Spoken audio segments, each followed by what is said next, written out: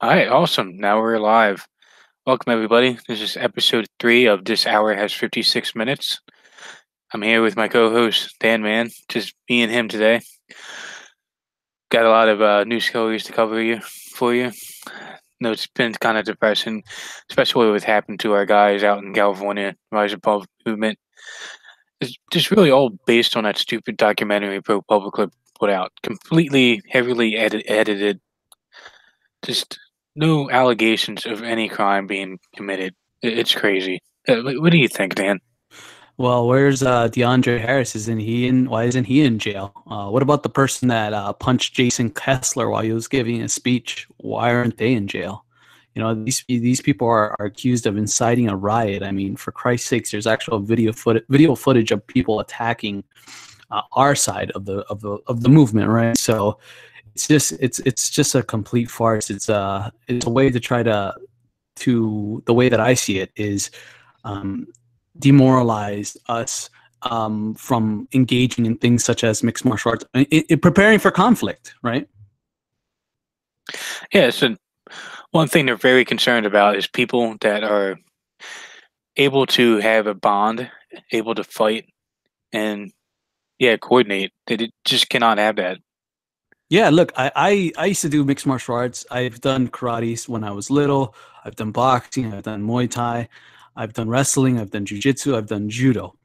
And there's when you have like that connection with people, it's a bond, right? Like your team is a bond, right? So when you Oh, I think I lost you there for a second, Dan. oh, can you hear me now? Yeah, go ahead and repeat what you were saying. Oh, I don't You know where I said you left off. had a bond and then you got cut off. Oh yeah, so like when you're actually like in a group like that, there's like a bond, right? Where you guys are a team. Compared when you go to tournaments against other teams, you know it's you versus them. You know what I mean? And it, even when you go to other dojos, right?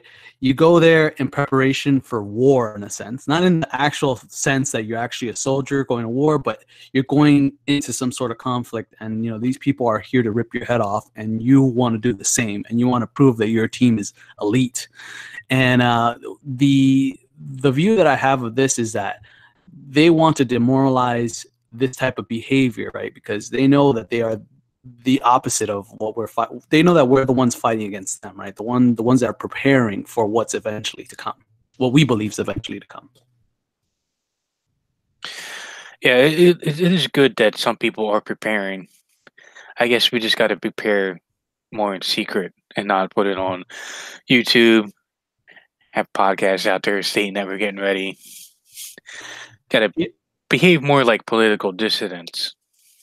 Yeah, I mean, it's we have to kind of stay in the shadows, right? Like we can't really up and talk about these type of things because they might, you know, target us in a sense. We might be inciting riots. God, there's so many laws out there that they could pretty much grab you with anything, right? Yeah, I mean, you got the Patriot Act and you got all those other laws that were passed under President Bush. They can use them at any time. Yeah, So, exactly. And you know, I wouldn't be surprised if there's more people that are going to be um, charged with more of these acts, or you know, or inciting riots, and more of these allegations. You know, when no one on the Antifa side of things is going to be, you know, charged with anything. You know, even though they were there to for purposes, and they came out of state as well. Many of them came out of the state and came to Charlottesville specifically looking for violence. yeah, they didn't have a permit to go there. They weren't there for a permitted demonstration. Yeah, they So, didn't have the permit, so you know why isn't there anybody there incarcerated? Why is there before even this happened? Why is there what is it three? I believe it's three guys that went in with Cantwell, correct? I'm not sure how many people went with Cantwell. So, yeah, I guess it would be like three. Yeah, and they're facing, I believe some of them. I think the biggest one is facing about 10 years. I think another one's facing about 8. I mean, Jesus Christ, this is like these are the martyrs of the movement, unfortunately. And we have to try our best to share this information with the normies. You know what I mean? So they're aware of what's really going on. Well, with all this demoralization that's happening here, we see that the Germans at least aren't giving up. So they had this protest in Chemnitz, Germany. It's in the eastern part of Germany, and it was really over a Cuban German that got stabbed to death trying to stop these two migrants from raping this one woman. Pushed out into this protest that's still going on today. They had a protest on German Unity Day is today, which is where East Germany and West Germany came together. The wall fell down. Isn't that a They, beautiful thing? Like that they're actually coming together and unifying in this common goal, right? yeah, I love it too. And the slogans that we're saying is "We are the people, we are a people." But the only thing that's concerning me is that it is being done by Pegida and AFD, and I've heard some people saying that these are kind of like controlled opposition, similar to like the Swedish Democrats are in Sweden. But I think that they are afraid with these Germans standing up that they might have some compromises, that there might be some changes to the immigration law. Now, as far as like people getting deported, I'm not so optimistic about that, but certainly the establishment is afraid because they're not shutting down these protests. They're allowing the protests to happen mainly because they're so big. Like you can't shut down when you have such a huge percentage of people that are protesting against the government. Yeah, no, absolutely. And but one thing I have to say is that it's a step in the right direction, even if they're controlled opposition. Like for example, that guy that's brought up a lot is Tommy Robinson. That he has a shirt like with Mossad, and pretty much everybody knows he's controlled opposition. But he is fighting a fight that is necessary, right? So in a sense, they're definitely this is kind of like the gateway to us. You know what I mean? Yeah, they are a gateway, and it's essentially the only peaceful option we have. You know, I don't think anybody's well, even the Germans are ready to like take up arms and overthrow Merkel and the gang. Can you imagine how scared Merkel must be when she sees all these Germans just like marching together? I mean, this is like their biggest fear, right? Oh, it was a very beautiful thing with how the cops handled it. I mean, there was certainly a good number of Antifa that were there, and Antifa in Europe is much more violent than they are in the States. Because in the States, people, have guns, can concealed carry, so they're a little more careful about just attacking random people. But in Europe, just they actually killed people in Europe, Antifa. So Well, yeah, I'm sure of it. I mean, I'm sure like in a place, let's say like Australia, where they have like really strict gun laws, and I believe the UK as well. They they go to town on the people there. I wouldn't doubt it. That sounds like something that they would do, right? They would take advantage of like a place that's disarmed and really beat the shit out of them. yeah, I mean, it happened in Spain last year. He was an old man, probably like in his 50s or 60s. I'll see if I can pull up the story. A man in his 50s Yeah, and 60s. Are you telling me Antifa is beating up old men? yeah, it was over the Catalonia election. Man was wearing the Spanish flag, coming home from a bar. Antifa pretty much curb stomped him to death. Oh, Jesus Christ. I wish I could do the Paul Joseph Watson what is it, voice and say, imagine my shock. Like, you know what I mean? But yeah, Yeah, this is exactly like this is the type of behavior that Antifa engages in, and for specifically like here in the States for the feds not to go after them, even though they're a confirmed terrorist group, it just shows how connected they are to the political system. yeah. I think. I mean, Antifa aren't the real problem, though. They're like the foot soldiers of the actual problem, the actual elitists that are in charge. So we really can't focus on them too much. We got to focus on the elites behind them, the people that are actually funding them. And in some places in Europe, they actually get funding from the state. Like there's a lot of sympathetic people that are in the government and Hollywood and like all manners of places of power where they get their funding from. Yeah, I see that they're kind of like all interconnected, right? Like Hollywood, government, certain people in the government, and Antifa. They're all kind of, in a sense, interconnected, and they all protect one another, right? What we should actually talk about, what's that woman that just got pregnant that you told me about? What was her name? Woman just got pregnant. By the Muslim man or something. Damn, sorry, I'm not bringing a bell to me. I think her name is like Laura Macaulay or something. Oh, Laura. Yeah, her. Oh yeah, I know what you're talking about. Yeah, Lacey McCauley. Lacey Macaulay, yes. Yeah, I thought she got pregnant by a Muslim because a little background story. So Lacey McCauley is a anti person in Antifa. She hung out in Antifa Philly with this guy named Terrell Lamont Jenkins. He's a really obese black guy, and they would harass this group called Keystone United, which is like a WN 1.0 skinhead group. Not really active, not really that big. And she would found this one Turkish guy who really pretended to be a feminist. So she was dating him. Oh, he's really liberal. He's really feminist. He's really open minded. You know, not how what people would think somebody with Turkey would be.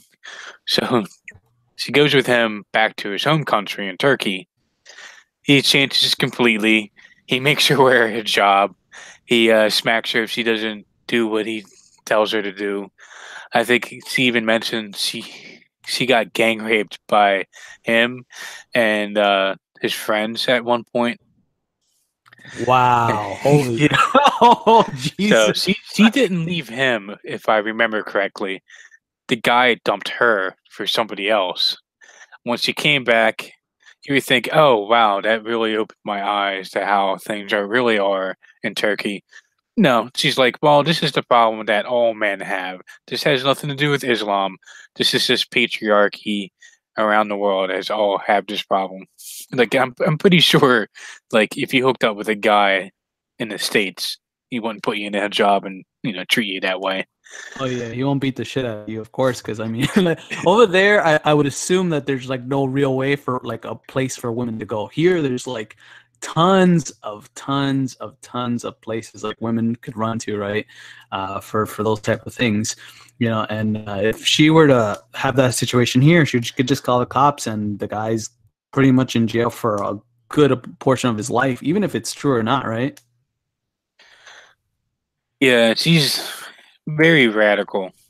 So she had a kid recently. She's pregnant, and she's trying to start this daycare where it's similar to how, like in the early Soviet Union, they were trying to abolish the family and have like the community raise people's children. That essentially children belong to everybody, and she wants to have this type of co-opt child raising to where it's not her and the baby's daddy. That's I don't even think she's married to him. It's like baby's daddy that's raising a kid, but everybody in like their little hippie commune will raise her child, which I'm sure is going to make the child turn out perfect.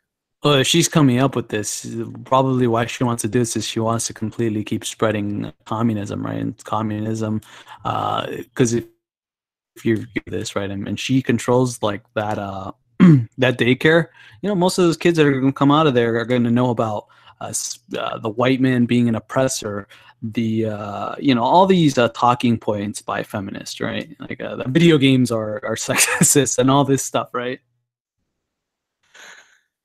Yeah, it's Antifa daycare is what she's trying to come up with. No way, are you serious? Yeah, I know she has a GoFundMe.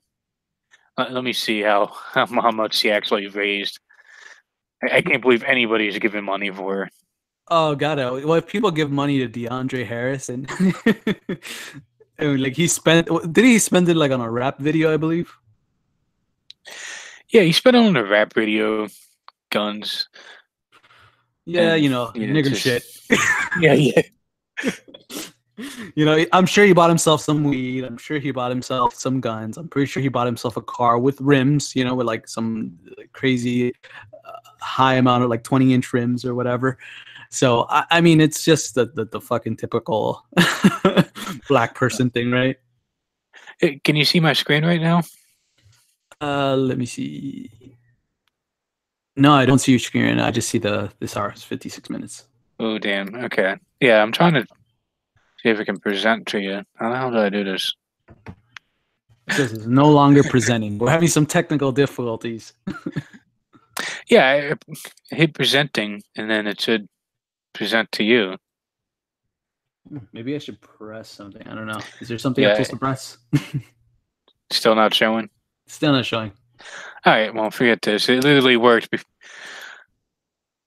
the It's fine. pre-show, so okay, forget that. So I went to her GoFundMe. She's trying to raise $1,800 for her daycare, Radical Parenting. She only raised $350 so far.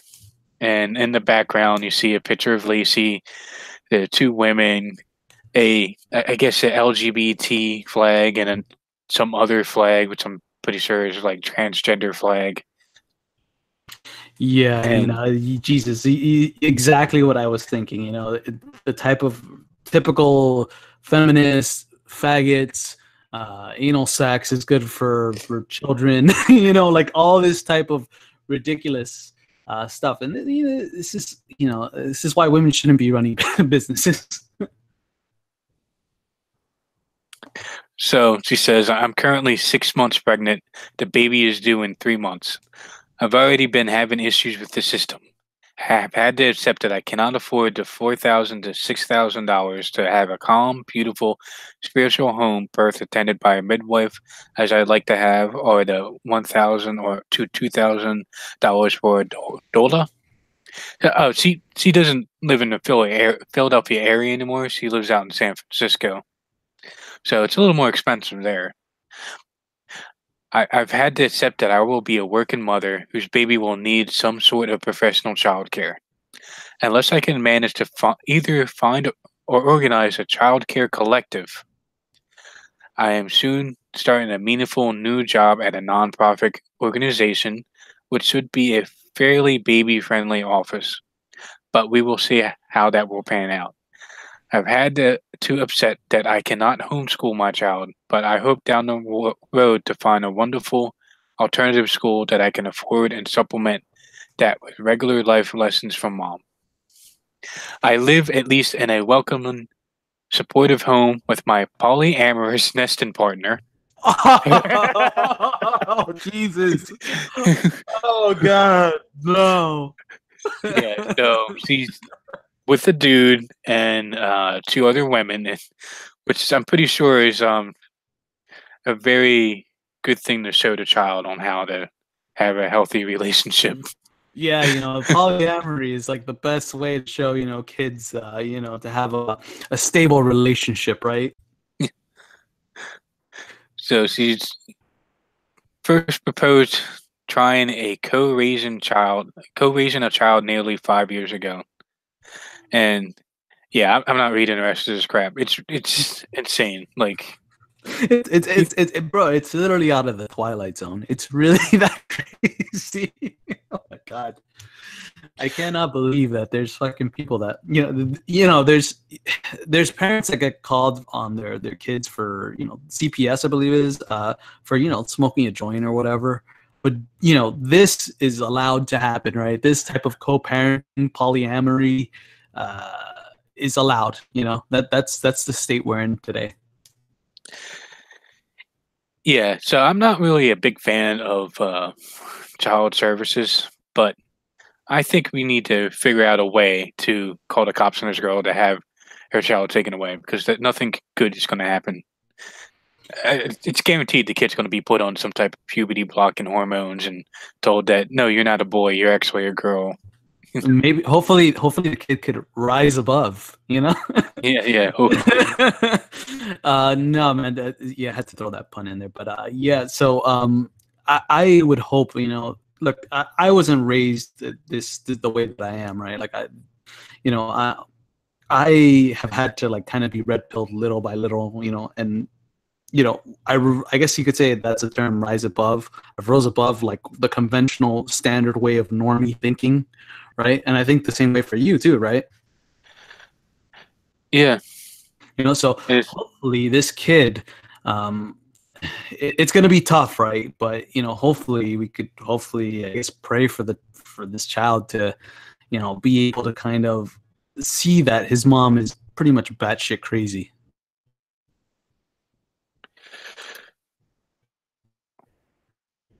see, sorry about that. I was just seeing how I could present. All right, I'm gonna have to do this off the air. Gonna have to figure out how to perfect Wait. Oh shit! Look, it. It's shared, but it was just giving me like tons of screens in the background. That's just not good. That's fine. That's cool. But yeah. So hopefully, eventually this her, I don't know, son or daughter eventually figures out that she's kind of batshit crazy, right? And then just puts her in a home with a bunch of fucking cats eventually in the future. Yeah, like I'm totally for her getting sterilized, so this doesn't happen again. Yeah, there's some people that you just gotta say, man. I mean, what what I'm hoping for is very unlikely, right? It's probably not gonna happen. It's gonna be very propagandized, this child, and it's a very sad. But I know a friend, I know someone personally that was that CPS was called for because they stated in public school that they didn't want to learn about Martin Luther King, and CPS was called on them. Oh, but I think that's like mandatory. Martin Luther King and the Holocaust are the two things you pretty much learn in school. Yeah, I mean it's civil rights and the Holocaust, and I don't remember anything else. Right? Like it's like nothing else mattered but these two moments in our lifetime. I mean in American history. I'm sorry. Yeah, that's damn. Yeah, that's true. That's the only thing I really know about. I don't even know anything about World War One. I don't even think we even covered that in school. We just Yeah. we footnoted it straight into World War Two and then Holocaust. Well, yeah, they said Hitler bad, Hitler's evil man, worst man ever existed. United States did a good job killing the Nazis. We saved people from the Holocaust. This is literally what I remember, right? Like in these textbooks, we saw Schindler's List, right? Which is like, oh god, that movie by Steven Spielberg. Like back then, when I was a normie, I was it touched at the heartstring. It literally pulled at the heartstrings, right? Now it's just like the most ridiculous fucking thing ever. Steven Spielberg was also responsible for one of the people that was responsible for the lawsuit on David Irving. Is one of the guys that was on there as well. So there's a lot on the plate for these people if the real revisionist gain popularity. Yeah, I even remember in high school we had a mandatory trip to the Holocaust Museum in the city. It was free. We didn't even have to pay for the trip. So if you called out of school the one day, well, the next time you came into school, you had to go to the Holocaust Museum. What state did you go to school in for elementary? In Pennsylvania. The Holocaust Museum was in Philadelphia. Yeah, mine is in Florida, and it's kind of ironic, right? Like every state's supposed to have a different curriculum, but me and you have like the same thing. Like they literally try to take us to I didn't go, but that was one of the field trips that we had that was for free, was to go to the Holocaust Museum down here in Miami Beach. Yeah, I've seen that the memorial in Miami Beach, and I don't know what that has to do with the Holocaust. It looks like the gates of hell, like a hand reaching out of. It looks like some zombie apocalypse, straight out of a zombie apocalypse movie. I'm so glad I didn't go, because I like when people came back from that field trip, they were all like crying and like, oh my God, I cannot believe this happened to the Jewish people. Oh, the Germans are so evil. All this stuff. Oh, we're glad, that we won the war and all this propaganda. And you're just like, holy shit. Now that you've kind of gotten older and you realize what the truth is, you're just like, wow, this is real fucked up shit, and especially that they shoved Anne Frank down our throats like I think almost in every single grade. Yeah, I had to read that book for school, but I think everybody has to. Anne Frank's Diary. Yeah, and I believe it was confirmed that I think the person that actually edited that or published that book was actually just in it for fucking money. I think it was her dad. What's really messed up is that when you go to school, that's literally the only genocide they cover. Like, there were tons of genocides during World War One. We had the Greek genocide, Armenian genocide, you know, the Holodomor during World War Two, and like they act like the Holocaust was the only genocide that's ever happened. If you were to pay attention in history class at school. Yeah, it's true. It's one of the things that I've come to realize is that Cubans have lost their life towards because of Castro, right? And this city is primarily, it's now there's more influx of immigrants or whatever from other areas, but it's primarily Cuban, right? And we have only one memorial of people that died in the Bay of Pigs invasion. We don't have any memorials of the people that were shot and killed in firing squads of because of Castro and Che Guevara. There's nothing to commemorate us for that, right? Like nothing. We have nothing. We have like this one shitty home, like, and these people have a whole museum, like with marbles and a bunch of names inscribed on it, with a hand reaching up to God knows what, and like all these weird like monuments and things like that. We have nothing, and and 90,000 people have died. This is an estimate. Have died just trying to come from Cuba to the United States, and they just don't know where they've gone because most probably they've been either washed away by the waves or they were eaten by sharks. There's actually this memorial in Jersey City that they were trying to take down. It was a couple of months ago. It's dedicated to the massacre by the Soviets during World War II, where they massacred a bunch of Polish officers in the middle of the Katyn forest, and they tried to blame it on the Nazis because they were trying to drag America into. Oh, jeez. Hold on. Let me look it up. I've never heard of this. So it was a Russian, I'm assuming Russian soldiers that killed Polish generals. Is that what you said? Yeah, let me bring this up. Yeah, it just reminded me because this is literally the only other memorial to like Yeah, it's only like other World War One, World War Two memorial that isn't a Holocaust or dedicated to our soldiers. It's yeah, just one out in Jersey City. yeah, and then no one ever talks about the bombings of Dresden, which is just one of the most like heinous things ever. And it was actually done by United States and Great Britain.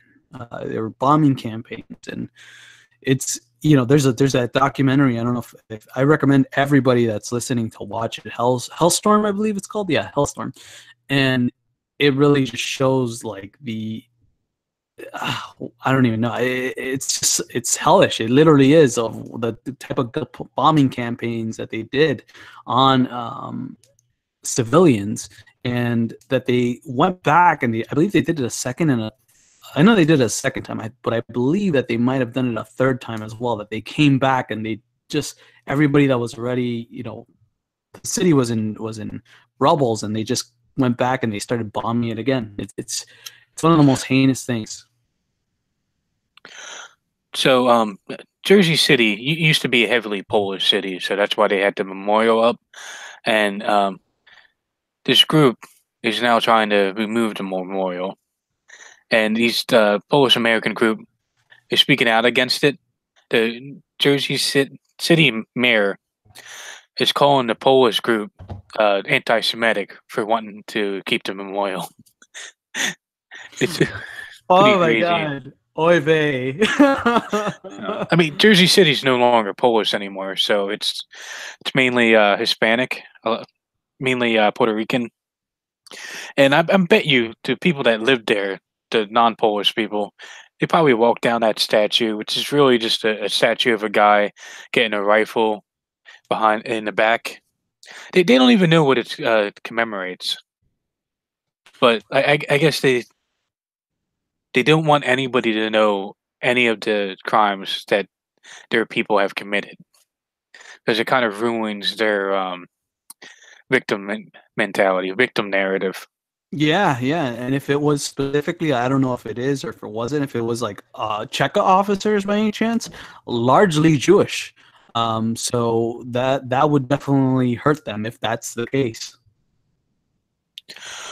Oh, definitely, it was organized by the NKVD, which was heavily Jewish at the time.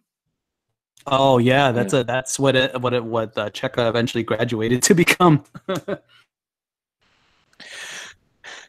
yeah, pretty crazy stuff.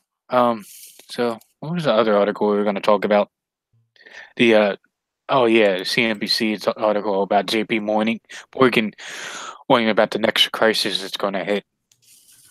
Yeah, so this article is pretty interesting because I sent it over to you because this is I believe, an analyst that's talking about, I believe, like a time frame that there's going to be some sort of like a depression or a recession, and he forecasts that there will be civil unrest, and it's kind of going back to the libertarian days of, like, Peter Schiff screaming every day, the collapse is coming, and Ron Paul, right? Yeah, I and there's always like a I remember I was listening to Glenn Beck talking about the crash that's coming, and he's trying to sell gold to that gold company, Gold Line, where they overcharged you, Yeah, yeah. charging you double or triple the price to buy gold from them. But the thing is that I find interesting about this article specifically is that it's actually coming from the belly of the beast, right? Like, it's coming from member banks such as JP Chase Morgan that are really interconnected with the Federal Reserve. Yeah, I mean, if they're saying something, that's the time to really start listening. And Exactly. they're probably planning, like they know they have probably definitely have connections at the Fed, and they know the Fed's going to keep raising rates until like the economy does crash. Because I think that's exactly what they're planning for. They haven't raised rates when Obama was office. It's just right before he was about to leave office, they get like a very minuscule, ceremonious rate hike just to say they're doing something. But now they're really started getting aggressive whenever Trump got into office. Yeah, exactly. And then also on top of that, the fact that, like I mentioned to you off air, that this is the first time in many decades that the Fed chair is actually not Jewish. It's Jerome Powell. And I think that's a interesting coincidence, right? That we're seeing all this turmoil, like politically, and rising interest rates eventually leads to credit crunches, especially when interest rates are this low for such a long period of time. And that it's kind of a way, I think, to deflect that Jews were not responsible. So it was actually a goy. It's actually Jerome Powell there. He's the one that actually that messed up our economy, and President Trump as well. Yeah, we've been in this bull market for a very long time compared to what an average bear market is. So we're definitely due for a recession. The longer it doesn't happen, the more likely we're going to have a recession. Yeah, I mean, I believe that we never really recovered from 2008's issues. We just kind of bailed out the banks that were supposed to go bust, and we continued these zombie banks. And when this happens, whenever this new recession happens, it's going to be 10 times worse than what it should have. We should have already been probably in the stages of recovery, in my opinion. Yeah, it is something that they were able to draw it out for so long that they just had this economy drifting along pretty much. Yeah, and you know what's kind of interesting? If you ever pull up, I don't know what since it's not working. If people in the chat, if you ever get a chance, look up the 1988 of the Economist magazine. It's basically a phoenix above with like a talking about a new currency is coming, and their currency, the phoenix is literally stepping on fiat currency, and it kind of, I'm gonna be honest, looks kind of like, it says like, looks like Bitcoin a little bit, but you look at that, you look at it, and it says 2018 in 1988, and we're already in 2018. Kind of getting a little bit conspiratorial here, but it's kind of interesting to see that article, and that's a Rothschild-owned paper as well. Well, I certainly hope so because this Bitcoin prices, prices at all is really hurting me. I've lost so much money in crypto. I should have cashed out earlier. Oh no, come on. You gotta, what is it? HODL. At a what? HODL, that's like kind of the term that they use.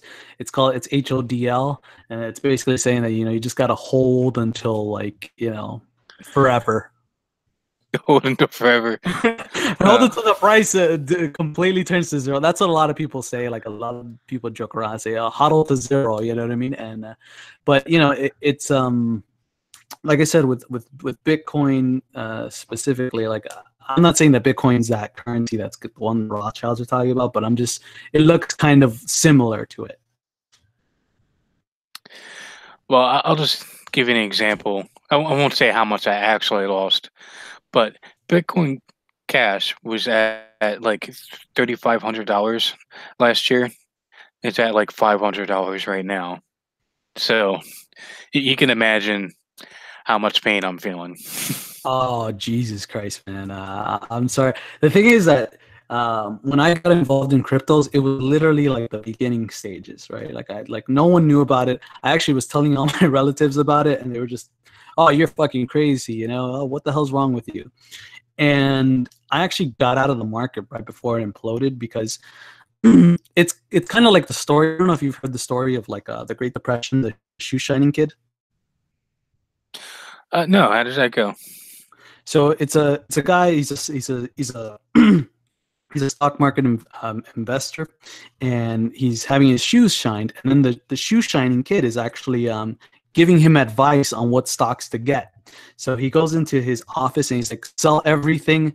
We are in a bubble." And I remember that I was in this message board group, right? And there was these Indians, and they were like, "Oh, we're all going to be millionaires. We're all going to be driving Lamborghinis and Ferraris and all this stuff." And I was just like, wait a second, like, this doesn't seem right. These people don't know shit about anything, about money. They don't know anything about anything. And they're saying that they believe they're going to be millionaires. So that was my signal to be like, I'm out of here. I don't want to deal with this anymore. Yeah, I mean, true. I should have seen some type of warning signs when I was watching these YouTube videos of these uh, women, and they're like, they had to be 19 years old, giving you advice on what to do with Bitcoin, and their advice was, "Oh, just buy it." I mean, that's pretty much what it boils down to. Didn't tell you anything about some currency trading tips or no, it's just buy and hold practically. Yeah, that's exactly the type of mindset, and that's what worried me, right? So, because I've dipped my toe into Austrian economics, and I'm like, oh, I kind of know money a little bit, but these guys that are Indians and have no idea of, like, economics or money or any of this stuff, they're like telling you that they're gonna be millionaires. That to me was like the biggest red flag ever. Like, how can, like you don't know anything about anything, and you think you're going to become this millionaire just because you're going to hold something that you got in earlier than other people? I don't know. That just seemed kind of fishy to me. So I just completely cashed. Well, I shouldn't be saying that because, but I got it out in time. Let's just say that. No, well, This is quite an eventful week.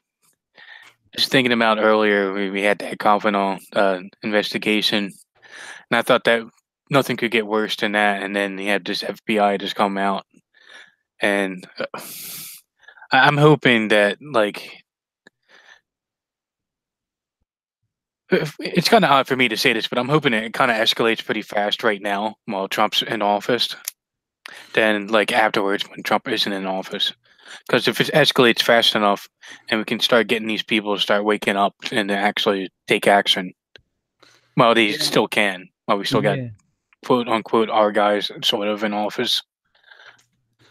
Yeah, that kind of segues into the other thing that we were talking about earlier, which was that text message from President Trump that I believe everybody got, right? Yeah, that's what I was trying to seg you to. But yeah, so that text message, which is in my opinion, it's a way for the president to bypass the mainstream media, right? Because everybody gets their news from the media, right? Like everybody, like I mean, you walk into any office, there's like what CNN on or Fox News on or whatever, source of propaganda, right? So in my opinion, for him sending text messages is not like really an emergency test. I think it's, in my opinion, a way for him to communicate directly to people, right? There's going to be obviously the people that aren't going to give a shit and hate him and whatever, they're going to turn the alerts off. But getting them directly to their phone, because everybody is on their phone. I mean, there's not many people that I know, unless like you're over the age of like 60, that is not on their phone, right? Yeah, and I don't believe for a second that this has anything to do with, hey, there's a national disaster like hurricane, earthquake, no, wildfire.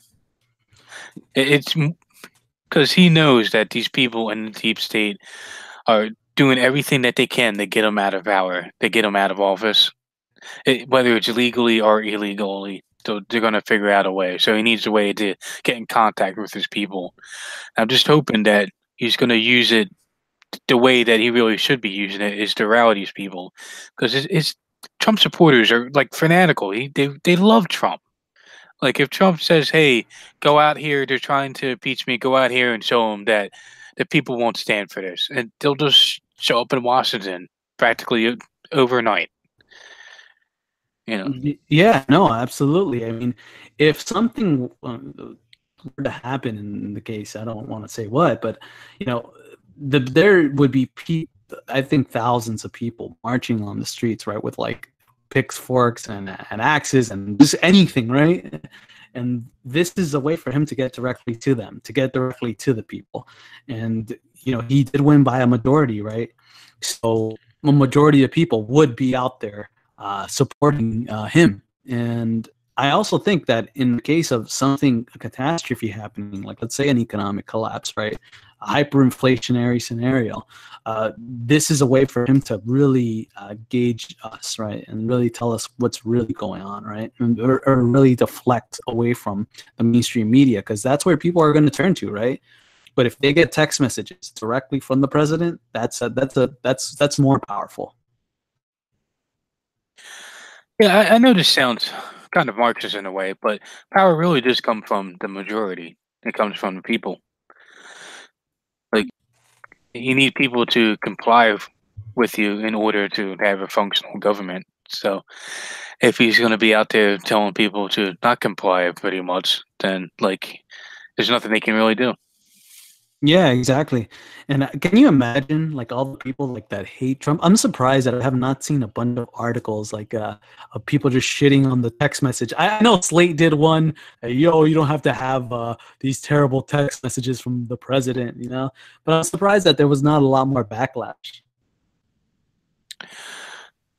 Yeah, I'm surprised too. And the one article I read that they even were talking about it in a good way. It's like, oh, you want to try to block these texts from the president? Well, no, you shouldn't be given the option. And anyway, it's actually it's a good thing that you do receive these texts in case of emergency. So they're not going to take that power away from him, which is a good thing. I'm just really hoping he's going to use it to his advantage. Yeah, that's the thing. I want to see him literally write in like you know, what's really going on. I mean, in a sense, not like QAnon, right? Like the people are kind of following that, in my opinion, nonsense, right? Right? Yeah, I heard from Stryker that he actually thinks it's a way for people to not get upset, to not start grabbing pitchforks and going to Washington D.C. by saying, "Hey, just trust in the plan. Don't worry. See, whatever the hell he says, I don't pay attention to QAnon. Like, oh, he's somebody's getting investigated. Somebody's going to jail. All these pedophile congressmen are going to be going to jail next week." Yeah, literally that. From what I saw, something of that, because I don't follow it too much either. But the last time I heard something about it, it said like it was going to happen like in a month or something like that. And then it's just like, yeah, we're still waiting. But it gives, I guess, people in a sense hope, right? Yeah, and that's the problem is that it gives people hope, and they don't want to change anything. They don't feel compelled to change anything. Not compelled to action. Yeah, and that in a sense, it's I guess if the striker think that that's a good thing specifically. I'm sorry, you broke up in my ear real quick. Can you repeat that? Does striker think that that's actually a good thing by any chance? Yeah, Stryker says that QAnon is a very bad thing. That it's better off that people do get frustrated, and he kind of sounds like an accelerationist because he's not really keen on the Republican Party being the answer to our problems, and I don't really think so either. He wants more of like an IRL movement, IRL protest movement, and essentially we're going to take down the government by protesting against it. I mean, it's been tried in the past. I just don't know how reliable it's going to be. We're going to need a lot of support. Well, not a lot, only what, like 10% of the people, maybe. Yeah, and that's the thing. I mean, it's hard to wake up even like like a certain amount of the population, right? I mean, it's tough, and to really get and the thing is that when the government gets involved in trying to do what they've done to rise above, it really demoralizes people, right? So a lot less people are going to be wanting to protest in the streets. I don't see another Charlottesville happening anytime soon. Yeah, I don't. No, I see one happening in the future. Maybe not right now, but when Donald Trump's all out of office and the Democrats are back in power, and they're definitely going to be a lot more extreme than they are right now. It isn't just they're going to take revenge on us, pretty much. It's Oh yeah. no mercy, no forgiveness. There's no redemption in their eyes. They're going to take revenge on us, and at that point, it'll probably be a lot easier to get people out in the streets, to get people to start joining us, because people do agree with us. A lot of people agree with us. Just the problem is we can't get our message out. But if they hear our message, they'll agree with us. Maybe not all of them, but enough, a significant percentage that we need will agree with us. I think when you start having, tranny daycares and you start having tranny, school curriculums and things like this will really wake people up. This is really going to accelerate things, right? Because I don't think any parent out there really wants trannies around their children. I don't think even the most, even your average liberal would be against that. Exactly. They would hate to that, right? Like they're okay with give trannies rights, whatever, right? But as soon as it hits their neighborhoods, as soon as it hits their school districts, as soon as it hits their community, then that's a completely different thing, right? Completely different, because that's pretty much how they behave all the time, isn't it? Like they support policies for other people that they would never actually support in their own neighborhood. Yeah, exactly. But then when it starts to creep up on them, because it will eventually, right? Like it first, it always hits like the poor areas, and the middle class, and then the upper class. It eventually reaches its way up there. Yeah, and as soon as they have to deal with diversity, well, but it was a program that Obama was actually trying to implement. And I kind of think it was bad in a way that was overturned because if this policy was implemented, it would have really helped us. So it was through the Department of Housing. I'm pretty sure you know of it, where they were trying to look for any white area that was too white, and they were going to fill it up with Section 8 housing to send black people there. Oh So my god. so even if Oh god. So even if let's say a black person lives in Chicago, right? This is how it's saying the program was. A black person lives in Chicago. Well, it'll send them like 50 miles out in the middle of a rural area with Section 8, just so they can have black people living and have their significant. What was it? It was like 13 or 10%, whatever it was that they were looking for every neighborhood to be, every white neighborhood to have at least 10 or 13% non-white or black, pretty much. Oh my god. I cannot even imagine that. I mean, that would be an outrage to the blacks too, right? I mean, I'm pretty sure they would be pissed as hell that they would have to move to another community. Yeah, well, it also would mean no neighborhood was safe because even these wealthy white neighborhoods, gated communities, they would have to be experience all these Section 8 houses that have to be built around him. Oh my god. And That's just terrible. That is just terrible, terrible, terrible. I can imagine the frustration and rage that everybody would. Yeah, this would have probably led to some sort of accelerationism, right? yeah, exactly what it would have been a very good accelerationism.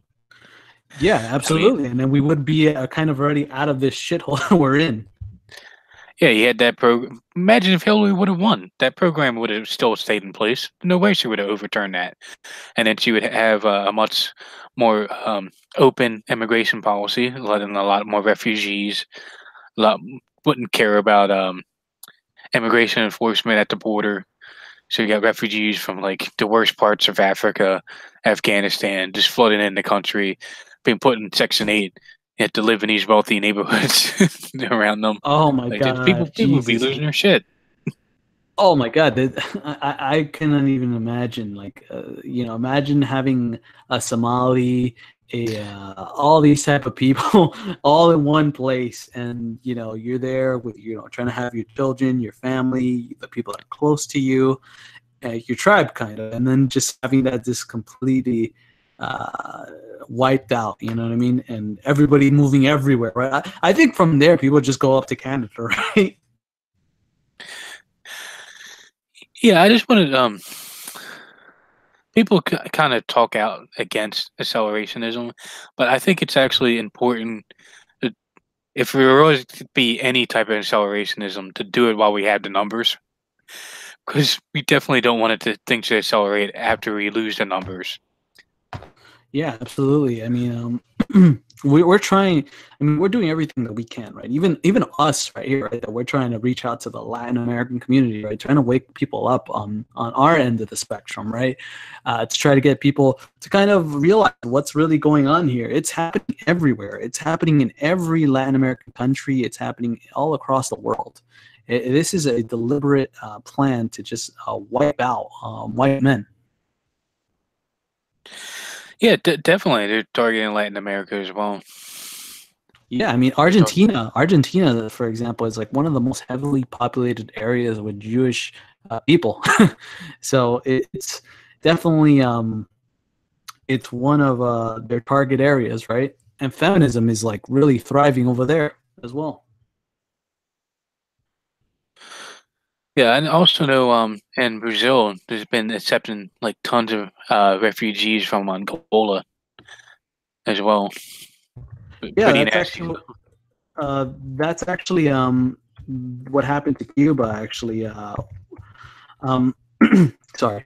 So when Fidel Castro, there was a war with Angola, and Castro ended up bringing in a lot of people from Angola to Cuba, and that's why you have a heavy African population now there.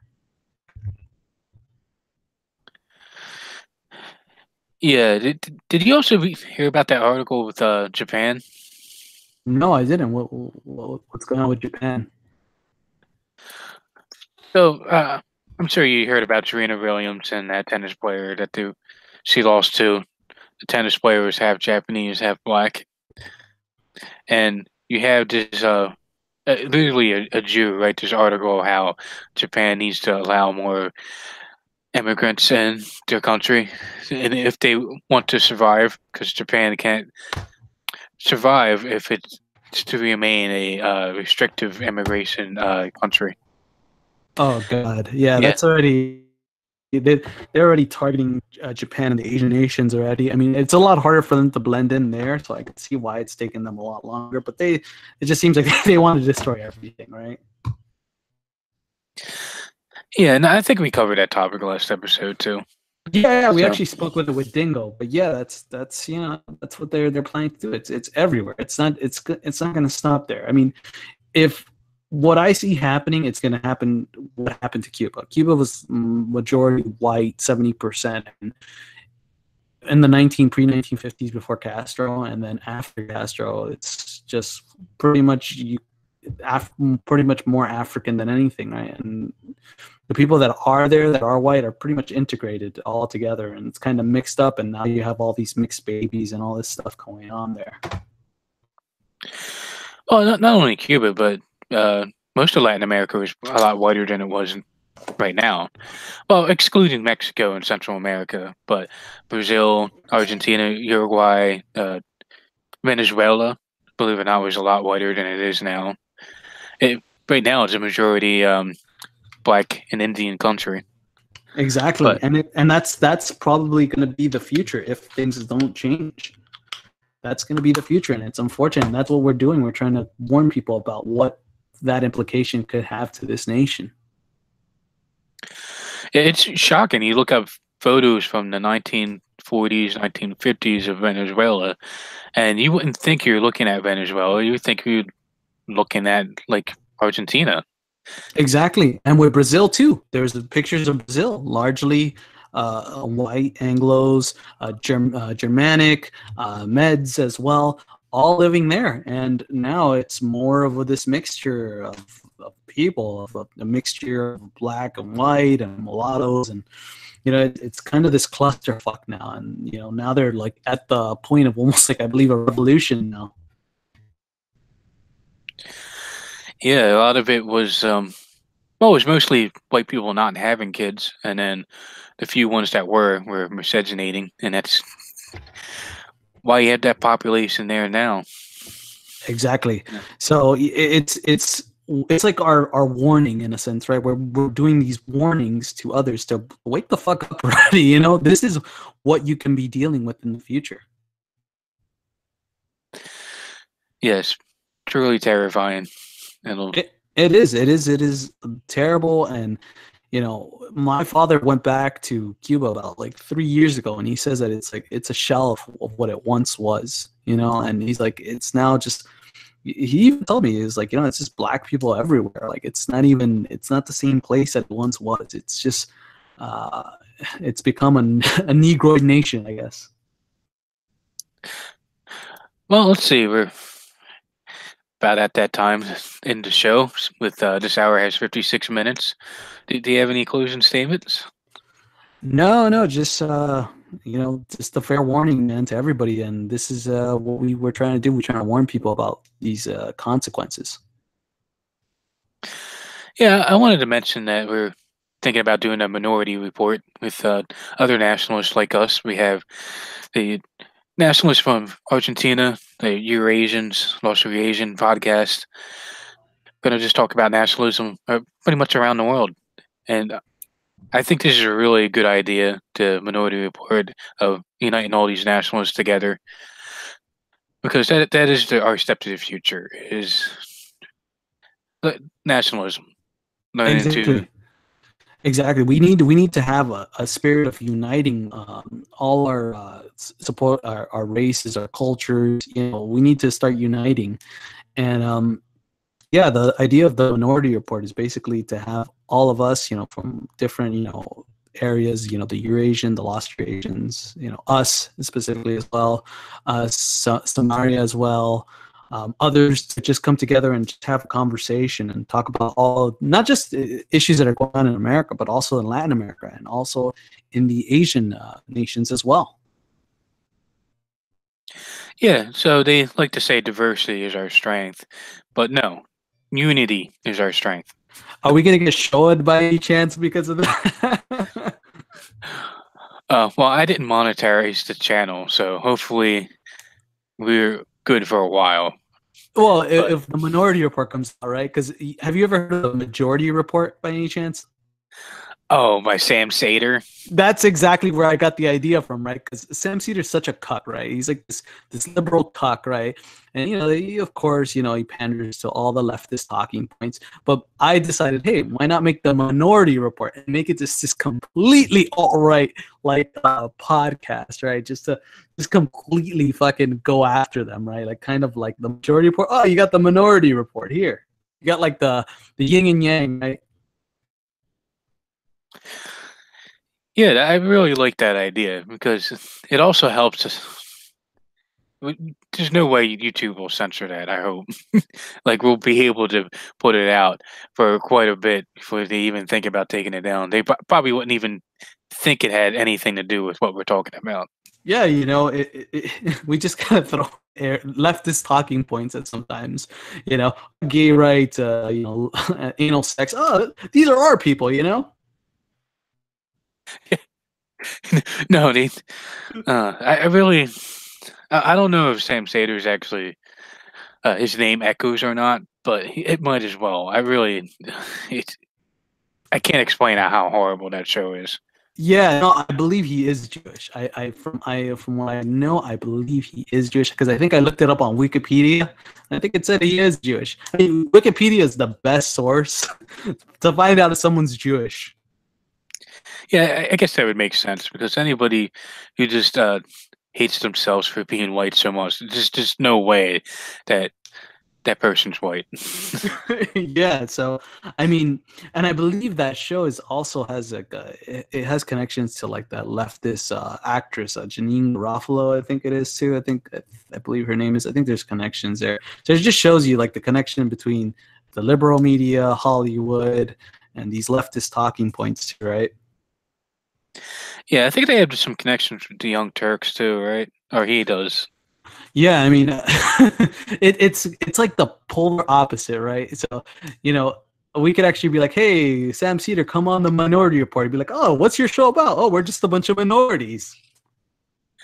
Oh, yeah, we probably actually could get him on the show. That would be awesome, right? Like when we just fucking start drilling him, just come, not in the literal sense of the drilling. But wow, he might actually like that. Yeah, right. He actually might like that. All right, guys. Hope you enjoyed the show. We'll be around next time. Make sure to join us on This Hour Has 56 Minutes. Yeah, thank you guys for listening.